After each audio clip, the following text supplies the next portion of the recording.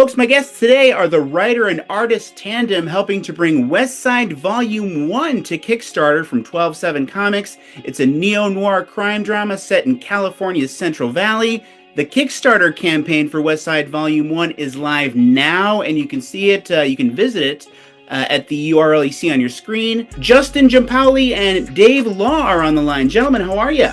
Hey, how's it going, Rob? Good, thanks for having us. Okay, so Justin, you're our author here. Tell me about Westside Volume 1. Give me the elevator pitch. What's it about? What are we looking at here? Yeah, so the quick 30-second elevator pitch is basically it's True Detective meets California's Central Valley. Okay. Westside is a moody small-town crime drama about two deputy sheriffs who are not thrilled to be working together. The spin on it is it takes place in the town I grew up in, so I was able to infuse it with just a ton of autobiographical elements and kind of make it like an elegy to my hometown. Yeah, but the further you go into the story, the more that you realize that Merced is like a character in and of itself. And so, okay, so Merced is your hometown, Justin? Yeah, that's my hometown. And making it a character, I'm glad you picked up on that. That was definitely one of the goals. I thought a lot about, stuff like Gotham City, or Jason Aaron wrote an old Vertigo book called Scalped, which I adored. It was set on an Indian reservation in, I believe, in North or South Dakota. Fans of TV, if you're a fan of something like The Wire, what The Wire did for Baltimore, that was kind of my goal. But yeah, I grew up there, so I was able to put, a lot of real people and real places and events that either happened to me or happened to people I knew and stories that were relayed to me. And I put all that in a blender and kind of made this cocktail and then poured it into the vessel of a crime story. So it's mostly fiction, but it's based on hardcore nonfiction and using that to kind of evoke a mood or like an air of authenticity to what's going on. Okay. And I mean, you portray Merced as this kind of, I think the tagline is you either get out or you die there or you go to jail. Is that what it is in Merced? Yeah, that's actually a real quote from my dad. So he used to tell me, if you stay in this town, you're going to end up dead or in jail. So we can get out of here. So, I mean, is this coming from a place of I guess, fondness toward Merced, or is it, I mean, are we trying to look at it from a neutral vantage point as well as a sentimental vantage point? I mean, how do you feel about your hometown? Let's put it that way. It's a mix. I mean, there's definitely some nostalgia for family and friends and people, but at the same time, thinking critically about some of the toxic traits that have just evolved in this place for one reason or another. So yeah, it's a mix of examining those feelings, I think. I believe it. Okay, Dave, talk to me about the art here, more specifically the colors, because when people think of California, they often think of sunshine, beaches, brightness, etc. But the colors and the visual language for Westside Volume 1 are, I don't know if subdued is the word, but it's got almost a grayish look. Is that a reflection of the tone of the story? Is it about separating the Central Valley from the rest of California? Is it something else? What are we looking at in terms of the art here? It was an interesting angle to attack it with. I mean, obviously the story is good. This kind of crime noir kind of story, and so instantly I think of the old black and white movies of that genre, and I think it kind of creates a vibe that I think Justin was really trying to tap into with this story. So I liked that angle too. I'd recently been working on another story called Reclaim California, which is tied into the last book I worked on, California Inc. Yeah. And that one, we were working in black and white, mostly because there was some time and time constraints that we were trying to keep into, but also I thought it would be a fun way to kind of, as a comic book artist, you're always kind of reframing what you have to work with, whether that be materials, time, people, that kind of thing. So it's just part of it. So I like that sometimes when you're like, hey, you've been working in tons of color, now let's work in black and white. And it refreshes things. It makes you look at it in a different way. And I really liked that. So when we went to this story, I was like, well, I mean, similar constraints were there too, and so I was like, well, let's continue with the black one. I've been really enjoying. So a lot of it was just this kind of I just say this gray area was like like what I felt Merced was, and so it also felt like it worked in that regard as well. So, and it's funny that you talk about the city. Me and Justin actually took a road trip out to Merced before we started working on this comic. Makes sense. Makes sense. Yeah, and he was nice enough to give me this nice tour of the city. We went, and actually all the scenes and all the settings that I drew are almost all from reference photos that I took while we were walking, where we were going around there. Nice.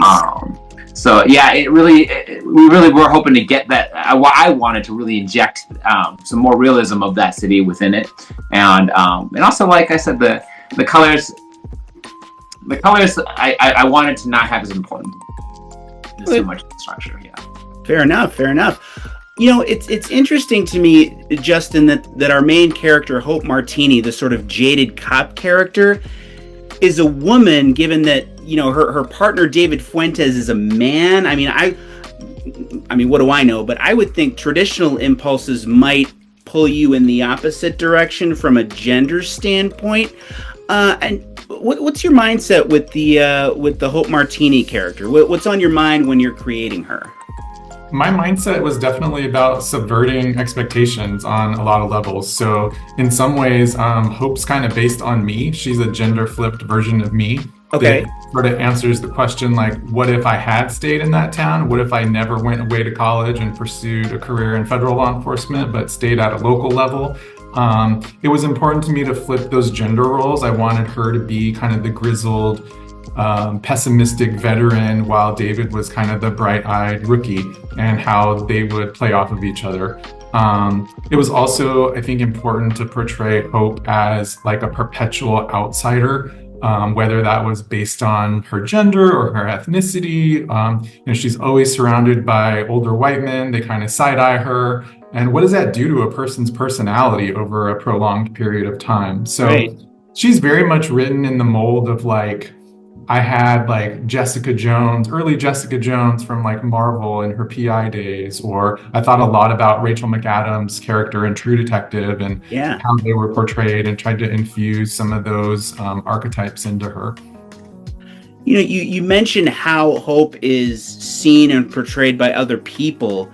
There is a racial component to her, as we see in the book. I mean, there's a lot of talk, well, not a lot of talk, but there's a degree of talk about, you know, she's only a certain degree Hispanic, so it's about, you know, oh, I'm only this much Mexican, and then there's how other Mexicans view her. I mean, were you nervous to kind of walk that racial line at all? I mean, what are your feelings in that respect? I wouldn't say I was nervous. I mean, I have sort of lived that experience to some degree, so I feel comfortable talking about it, but it was definitely meant to be a little provocative, I guess, would be a good word choice.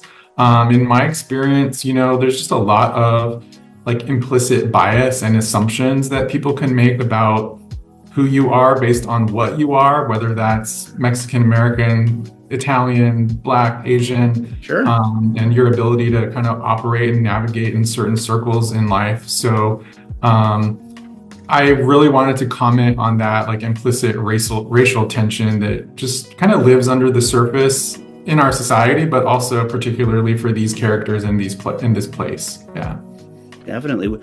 Does Merced, in your experience, did it have a diverse population when you were growing up there? I mean, did you see a lot of Hispanic people, a lot of people of various colors? Yeah, it was fairly diverse, but like heavily Hispanic. I think the stat was like 60% Hispanic.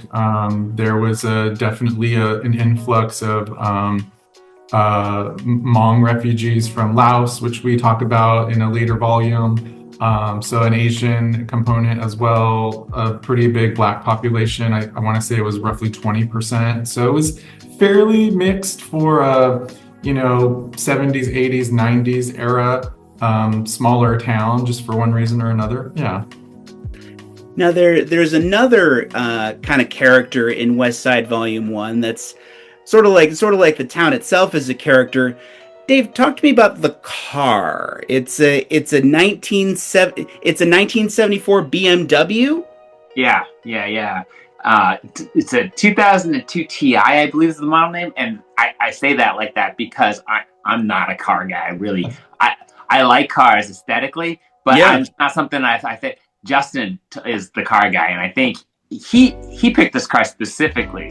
And Justin, maybe you can answer why you picked that car. I mean, on one level, it's just a cool looking car. It's a classic car. Yeah, I was like very heavily involved with like the BMW car club at one point. I had 5 or 6 BMWs. I did a lot of amateur racing events through the BMW car club, the San Francisco chapter at the time. Wow. But I kind of imagined it being the right vintage car that Hope would have inherited from her father. And to some extent, it's really just a representative symbol of the Valley car culture. So being in the California Central Valley, cars are just an endemic part of the experience, and there's a sort of unique car culture in the Central Valley. So it was really meant to just kind of be a stand-in for that and give a taste of that in the visuals that you constantly see this cool ride in the background, and Dave captures that from all the different angles and different shots, daytime, nighttime. And I thought it would be fun to just spend a page in the back matter talking about that as well. So we added that page where I kind of go into a little bit more detail about the car culture and why that car was chosen. I was gonna say, and that's the car in question that we have on the cover, is it not? Yeah. I mean, I found up finding a website that was selling that exact car, and that's what I used a lot for the references. And it just had all these beautiful photos of this super clean example of the car. And so I would look at first I was looking at it pretty regularly, and I was using a lot of rulers to make sure I kind of caught all the nuance, because it's a subtle car. It has some really cool elements, but they're subtle. But after I started drawing it, I actually draw a lot in this comic. I started to and I try to always do this as a cartoonist. You're always trying to simplify, if not for speed, for just for style. And as I kind of started to, I feel like zero in on it, and I still think I'm zeroing in on it, but I've been just really enjoying drawing that car, and just when you get comfortable drawing a character, you can just go to it, and I'm beginning to feel that way with this car, which is really nice and kind of an experience I wasn't expecting as illustrating this book. So, Justin, have you driven that car, the 1974 BMW? I have. That's a model I never owned, but I had a really good friend who bought that year that model and restored it from the ground up, and I got to see that firsthand over a period of years. So I'm pretty familiar with the car, despite not having owned that specific model. Yeah. Is it like your dream car, or one of your dream cars? Is it like your dream Millennium Falcon for the geeks out there? Yeah, there's a different BMW I would want, same year. So my kind of dream project car would be a 74. It's called a 3.0 CSI. It's kind of a long nose 2-door coupe. That would be kind of the dream car for me, yeah. 3.0 CSI. Okay, I'm going to pretend that I understand what that meant. Okay, so we touched on it a little bit, but what's your dynamic like with each other, gentlemen? I mean, it's really cool to me that that Justin, you took Dave out to Merced actually to show him the place. But I mean, in terms of what ends up on the page, as far as Justin, your expectations, I mean, what's the dynamic like? Sure, yeah, it's been great actually, and we were lucky to have been able to kind of soft work with each other prior to getting into this project, because Justin edited the California Ink, which was the last that I worked on, and so I wound up getting to know him just through working with him. He mostly worked with art on that in the original story writing part, but he was very much involved as we talked about the artwork, as we started promoting it, as we were trying to make certain decisions about how the direction the art went. So it was nice to work with him like that. And so when he approached me about his story, I didn't have to think about the dynamic. I knew he was already someone I could work with fairly easily. So it's just a matter of whether or not I wanted to draw the story. And it was a different kind of story than I'm used to. I've gone from like high fantasy sci-fi to like speculative sci-fi to now this, which is like he said, almost close to hardcore nonfiction. But I like the challenge. I like working with someone like him who keeps an open mind and inspires me artistically. And so that's always my goal. And it's been great. Yeah, Dave mentioned California Ink, and being the editor, I was in a really cool position where I got to see Dave's pages come in. So I got to see how he interpreted Art Edwin's script, the writer of that book. Yep. And that made me really, I think, trust Dave as an artist, knowing what he was capable of. And Dave's probably, honestly, the most intuitive artist I've had the chance to work with. He really instantly understood the mood we were going for, and I was able to script fairly loose. There's an example I use. There's an early scene in the book where Hope's at her dad's funeral, and my scripting direction was pretty limited. I might have said, hey, like there's 2 panels on this page. You know, it's kind of a somber scene. There's not a lot of people around. And Dave made all these artistic choices about the lighting and the camera placement, and he chose to backlight the shot and create these shadows that kind of pull the reader into the panel. And, you know, he has this ability to stay true to the script, but also make it his own and have a lot of creative freedom, I think, and really be a co-creator for this book. Yeah, because the more I talk to writer and artist tandems, or sometimes just artists themselves, I mean, some writers, as I understand it, when it comes to comic books, are really specific, and you know, but other teams, of course, you have that fluidity, whereas the artist has a little bit more freedom. I don't know. It's nice to see that you guys kind of fall into the latter category.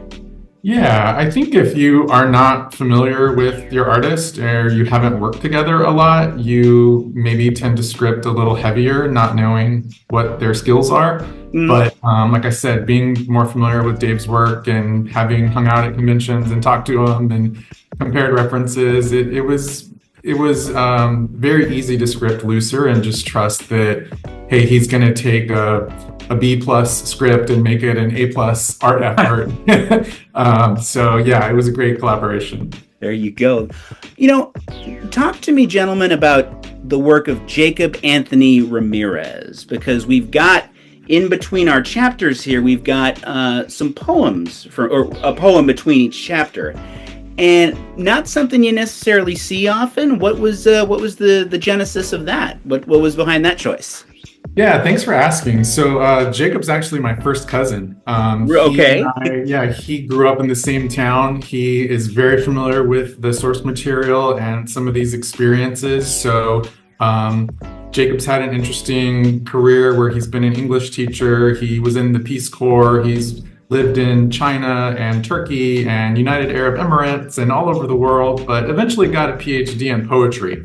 Was very fascinated with poetry. And we always wanted to work together as 2 creative types, but I could never really figure out how to make that happen. So originally I asked him to write the introduction to Westside. And said, hey, you know, it doesn't have to be a traditional introduction. You could do a poem if you wanted, because you're super into poetry. Yeah. He did both. He wrote an introduction, which is beautiful and moving, and we're going to use that in the second volume. Okay. But he also wrote these 5 poems just about elements that jumped out at him. And I had the light bulb moment where I thought, wow, we could make those chapter breaks and kind of have a reflective moment to think about what we just read as an audience member. So Jacob used this poetry format called the decima, or a decima espinela. It is a Spanish language poem that the poet's name was Vicente Espinel, and he was working in like the 15 or 1600s with this very unique format that you see of a 10-line stanza poem.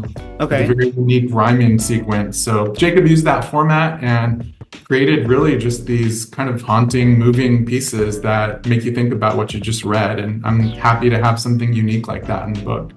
They really add to the aura and the identity of Merced. Dave, what did you think when you saw him? I was like, that was awesome. Like he told me the idea, and just without even reading the poetry, I was like, that sounds like a great idea. But when the poems came in, they're just brilliant. They worked really well with the story, and it's just sometimes when you like the icing on the cake is exactly what that was. I mean, I think he nailed it with those poems. I can't say you're wrong. Okay, gentlemen, we've reached a very special point of the interview. This is the Arthur Ebwin point of the interview. Arthur Ebwin is a man who I've interviewed before, and the man is so sweet that sometimes when I correspond with him, my teeth hurt. Dave? What's your experience working with? You worked with him as an author on California Inc. Now he's an editor, and what's that experience like for you on Westside? It's the same. It's but with of course a lesser degree because you work. I work most closely with the writer when you're working with something like this. But it's always felt like Art, me and Justin have worked as a tight group actually on all these projects that we've now kind of done together. So it really doesn't feel all that different even. It felt very natural to have him kind of shift to a different position. He's doing a lot of the same stuff he was doing with California Inc. for us also. So it's just, it's great. And I've always enjoyed working with Art. He has great vision and he also is able to execute plans extremely well. So it's a pleasure working with him. Yeah, I would just add to that, Rob. I think Art is something of a rarity in the world of comics because not only is he an artist and a creative type and a writer, but he also has a business background. And so he really brings a level of professionalism to the proceedings, whether that's, drafting a contract or project management, like Dave said, just being super organized. He's got a really long marketing and advertising background, so he just knows how to roll out a press plan and create collateral materials, whether that's web or print materials. So he's just a huge asset as far as a publisher / editor, and wears a lot of hats. Yeah. Well, somebody's got to be a professional around here, by God. So, okay, Justin, let's start with you on this one. What do you hope people feel as they read this book? I mean, what do you want them to be thinking about? Sure. Westside is, I think the best word is it's intersectional in a lot of ways. So there's this collision of racial tension and gender inequality and socioeconomics and the California car culture we talked about, historical notes about the town, and of course all the really creepy, disturbing crime elements that Dave drew. So if readers have an interest in any of those angles or just want to explore a kind of an unseen part of America that isn't really popularized in mainstream media all that much, I think this series just has a lot to chew on and a lot to think about. Is Merced, is it a forgotten part of America? You mentioned an often unseen part of America, but I mean, like I said, when you think of California, you don't necessarily think of it in this respect. I mean, is Merced and the Central Valley, are they forgotten? I think to some extent, it is not what you see in mainstream media. You typically see LA or on occasion San Diego or the San Francisco Bay Area, and you really don't see the other parts of California. And California is a massive state with 40 million people. There are so many diverse areas and populations of California to explore that you just don't see. I mean, we really have it all from, snow-capped mountains to Death Valley in the desert and beaches, and the culture of different parts of the state is just wildly different. So really wanted to explore a different part of that and give people a taste of that. Yeah. Dave, what do you think? What do you want people to feel when they're looking at your art on this book? I agree with everything Justin said. I think that the city itself is an interesting city and has an interesting history that if you enjoy learning about that kind of thing about places, which I do, and I think a lot of people do, it's great for that. But I also think that the story has a great emotional level to it. And I think the movement of hope through the story is an interesting arc, and I found that the thing that I wanted to try to get across, that kind of the drama that's going on kind of within her as she kind of moves through this world that is Merced, California. Most definitely. Well, gentlemen, I've gotten to read the book. I'm fortunate enough in that respect. I think it's really a slice of something familiar yet something different at the same time. And I hope people check it out. You can see the URL for the campaign up on your screen. Anything else you gentlemen would like to add? Well, the other thing I would just add, Rob, in addition to being a writer, I mean, I'm really proud to be an editor at Studio 12/7, like Dave mentioned. And not only can you check out the Kickstarter campaign for this book, Westside, but Studio 12/7's been slowly creating more offerings. So we've got kind of our flagship book, which is California Inc., a geopolitical thriller. There's a 4-issue miniseries of that available, or you can get it in a collected edition trade paperback with a ton of bonus content. We have the very first volume of our sci-fi anthology available called Systemic. Volume 2 of that will be coming soon. And then lastly, we're actually now working on a new horror anthology called Disruptive Tales. And we've just got an all-star lineup of creators in that, and that should be out sometime around Halloween of this year. Westside Volume 1, the Kickstarter campaign is up now. You can go to it at the URL you see on your screen. Justin Giampaoli and Dave Law, ladies and gentlemen.